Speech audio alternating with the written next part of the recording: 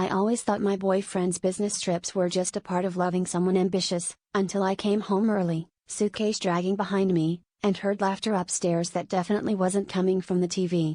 I stood in the hallway, heart pounding so hard I thought it would give me away, and pushed open the bedroom door to find him tangled up in the sheets with my older sister. They both froze, his hand still grasping the tiny velvet box I'd seen in Instagram proposals 100 times. Neither of them spoke first.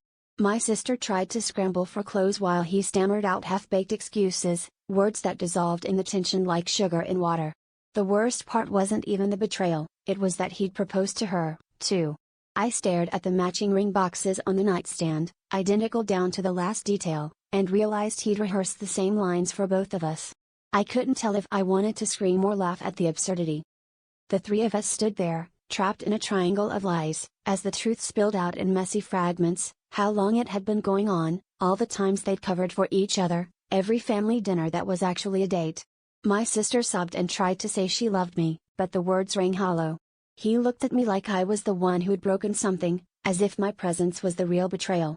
Suddenly, it was obvious I'd never really known either of them. Later, sitting alone in the kitchen, I wondered what kind of person misses every red flag until it's waving in their face. The twist I never saw coming wasn't just their secret, it was realizing I'd been so desperate for love that I'd ignored every instinct, every warning, just to keep the fantasy alive.